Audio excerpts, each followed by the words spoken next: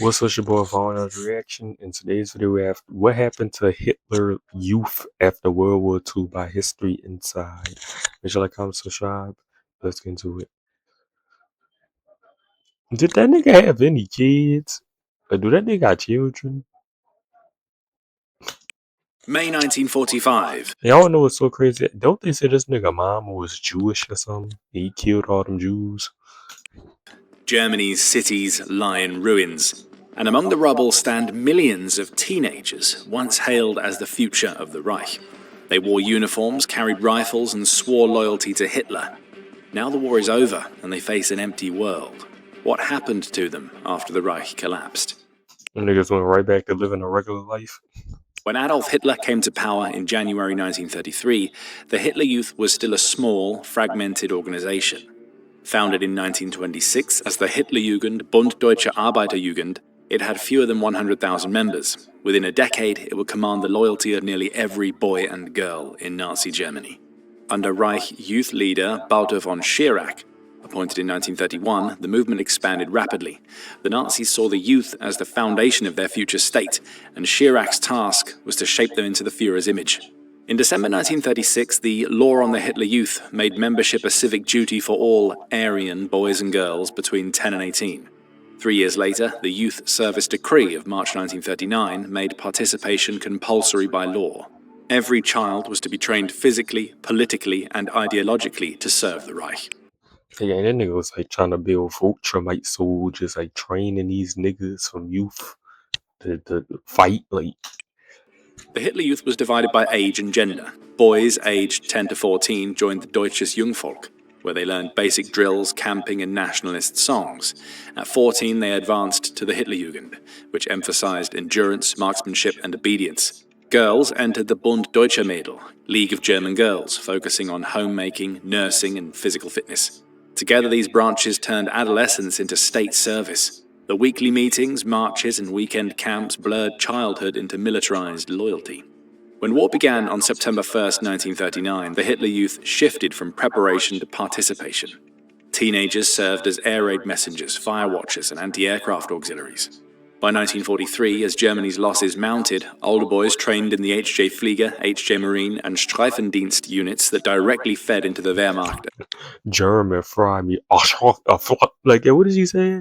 The officer Ladine, the Duschenbergen. Like, their language funny as hell. And Waffen-SS. Many 17-year-olds saw combat on the Eastern Front or in flak batteries defending German cities. In 1944, as Allied armies advanced, Hitler called upon his youngest followers once more. Thousands were drafted into the Volkssturm, Germany's last-ditch militia. Some units fought fiercely, such as the 12th SS Panzer Division, Hitlerjugend, formed mostly of volunteers born in 1926. At Normandy, they gained notoriety for fanatic discipline but suffered catastrophic losses. Others defended Berlin itself, fanatic discipline but suffered catastrophic losses. Oh, look at him, bro. Like, he got that the 1,000-yard stare. Look at his eyes. Others defended Berlin itself in April 1945, armed with Panzerfausts and propaganda-fueled courage. By the time the Reich fell, the Hitler Youth had lost its purpose and its innocence. Millions of members were displaced, orphaned, and traumatized. Their leaders fled or were captured. Schirach was arrested in 1945 and later tried at Nuremberg. Arthur Axmann, who succeeded him in 1940, went underground until his capture the next year. Historians still disagree over the responsibility of these young followers. Some point to coercion. After 1939, membership was mandatory. Others see the results of years of conditioning and belief. What is certain is that by war's end, Germany's so-called future generation stood among its greatest victims. Children turned into soldiers, left to rebuild a shattered world. When Germany surrendered in May 1945, the Hitler Youth disappeared almost overnight. Its flags, uniforms, and emblems were hastily buried or burned. The Allied Exactly, that's exactly what you do. powers, shocked by the degree of indoctrination among German children, moved quickly to dismantle every trace of the organization. On October 10, 1945, the Allied Control Council formally outlawed the Hitler Youth, declaring it a key component of the Nazi state. Its property was confiscated and all activities were banned. The Allies recognized a unique challenge: millions of young Germans shaped by years of totalitarian schooling and propaganda. In the Western zones, the approach was primarily educational. Allied military government directives closed all Nazi-affiliated youth groups and encouraged the creation of new ones under church or civic control. The goal was to re-educate through democracy and civic responsibility, not punishment. Teachers, pastors, and American and British youth officers organized summer camps and discussion groups meant to replace marching songs with open debate. Yet post-war re-education looked very different across occupied Germany. In the Soviet-controlled zone, it took on a distinctly ideological form. The Freie Deutsche Jugend, FDJ, founded in 1946, became the only state-approved youth organization, absorbing thousands of former Hitler Youth members. Communist doctrine replaced Nazi belief, but the structure... God damn, all them niggas got blonde hair. God damn.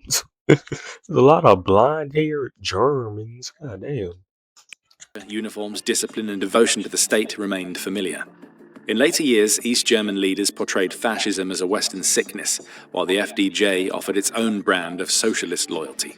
For some, it provided belonging and a sense of redemption. For Yeah, others, a lot of them niggas do got blonde hair. Nigga, the Germans I know, Kimmich and Manuel Neuer, they both got blonde hair.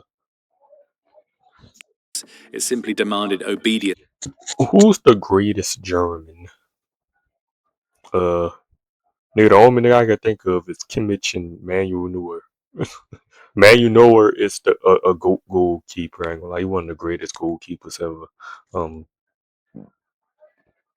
Who's the greatest German? Oh, Dirk Nowitzki. German Jesus. He German. Under a new flag. For adult Yeah, leaders, that's the greatest German ever. Dirk Nowitzki. reckoning came in courtrooms. At the Nuremberg trials, Baldur von Schirach, who had led the Hitler Youth from 1931 to 40, was charged with crimes against humanity for his role in spreading Nazi ideology and deporting Jews from Vienna as Gauleiter. In October 1946, he received a 20-year prison sentence. His successor, Yeah, and nigga that had something to do with Schmittler, they got arrested and they got caught. I remember watching a video, I think a Fern video, about a nigga that went on a run and tried to escape getting captured. That nigga moved to like Argentina and they still ended up finding his ass. Arthur Axmann, captured in December Them 1945, niggas was was not playing. Any nigga that had something to do with that, your ass was getting caught and going to jail. tried later by a German denazification court. In May 1949, he was sentenced to 3 years and 3 months for membership in a criminal organization, but was released soon after, claiming to have broke with Nazism. For the ordinary members, an estimated 8 million at the war's end, the process was less clear. Denazification questionnaires asked about their Hitler Youth activities, though most were classified as followers rather than active offenders. Many were still teenagers or war orphans. Western authorities soon realized that punishing an entire generation was impossible and counterproductive. Instead, they focused on schooling, psychological counseling, and removing Nazi symbols from public life. In 1949, when the Federal Republic of Germany was founded, the issue of guilt among former Hitler Youth largely faded from public debate. Yet beneath the surface, the trauma remained. Many former members spoke of confusion, raised to worship a leader who had vanished, forced to confront the lies they had believed. The Hitler Youth had been dissolved, but its influence lingered in the minds of millions, learning for the first time what freedom and responsibility really meant. By the early 1950s, Germany was rebuilding, and so were the millions of young men and women who had once worn the Hitler Youth uniform. In both East and West, these former members faced the same question: how to live with a past they had been taught to worship and a future that demanded they forget. In West Germany, the Allied occupation gave way to Reconstruction and the rise of the Federal Republic in 1949. Economic revival, the Wirtschaftswunder, created new jobs, homes, and families. Former Hitler Youth members, most now in their 20s or 30s, blended into this recovery. Since membership became mandatory in 1939, few carried a lasting stigma. Teachers, officials, even lawmakers of the new republic often shared the same youth training. Historians have noted that the Hitler Youth generation, born roughly between 1922 and 30, became the backbone of post-war society, disciplined, pragmatic, but often emotionally detached. Public discussion was almost non-existent.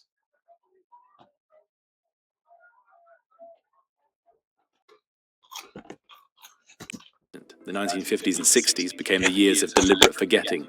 Many Germans saw themselves primarily as victims of war and displacement, rather than as participants in Nazism. In schools, the topic was avoided or treated abstractly. Former members rarely spoke about their experiences, some out of shame, others from a belief that what they had done as children was beyond their control.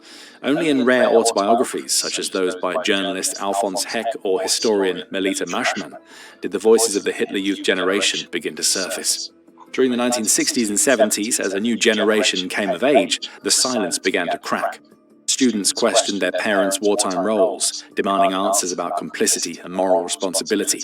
Former Hitler Youth members, now in their 40s, found themselves confronted by their children in living rooms and classrooms alike. Memoirs, documentaries, and early historical studies emerged, exploring how deeply Nazi indoctrination had shaped their worldview. Psychologists later observed a shared emotional pattern, denial entwined with guilt and nostalgia shadowed by unease. Some former Hitler Youth members admitted to moments of pride in the camaraderie and adventure of their youth, followed by lifelong guilt for what that loyalty had served. The contradictions defined their generation, devoted as children, disillusioned as adults. By the 1980s, historians and filmmakers finally began to portray the Hitler Youth not just as Daddy, you was in the Hitler Youth camp? perpetrators or victims, That's what them niggas' kids was asking them, their grandkids and shit. but as a lost generation caught in history's machinery. The debates shifted from blame I was eating potato chips with hot sauce, a hood classic. That's gonna always hit. to understanding. How could a society so thoroughly capture the minds of its children, and what lessons did that hold for the modern world? By the late 20th century, the story of the Hitler Youth had become a symbol, not just of Nazism, but of how entire generations can be shaped by ideology. What began as a youth organization ended as one of the most enduring warnings of the modern age. In post-war Germany, official memory evolved slowly. The first West German studies on the Hitler Youth appeared in the 1960s, but only in the 1980s and 90s did schools begin teaching the subject in depth. The children of former members pushed for transparency, demanding to know what their parents had done. Universities hosted conferences on the Hitler Youth generation, exploring how early indoctrination affected democratic values in adulthood. Many former members participated in interviews describing how guilt, silence, and discipline carried over into their post-war lives. The testimonies revealed the human cost of collective manipulation. After reunification in 1990, historians began comparing both systems. Some noted striking continuities, uniforms, slogans, and state loyalty repackaged for a new ideology.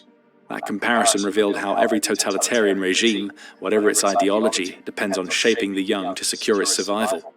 Today, the Hitler Youth remains legally banned in Germany, and its symbols are prohibited under the German Criminal Code.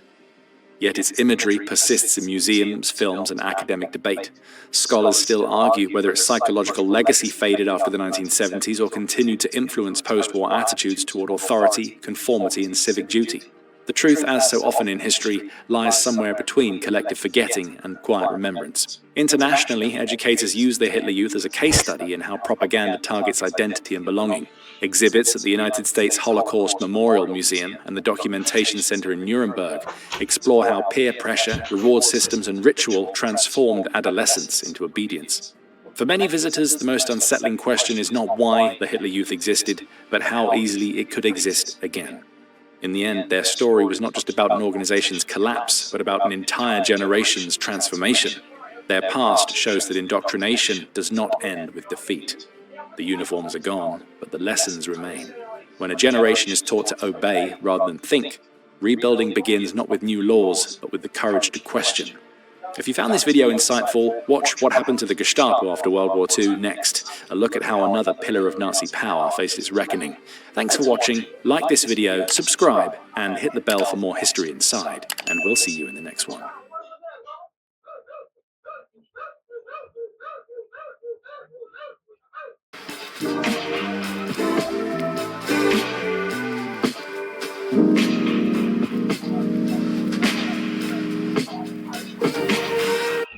What's good, everyone? Hope everyone's week is going all right.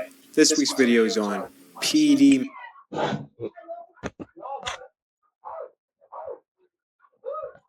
Make sure to come subscribe and know what Deuce is.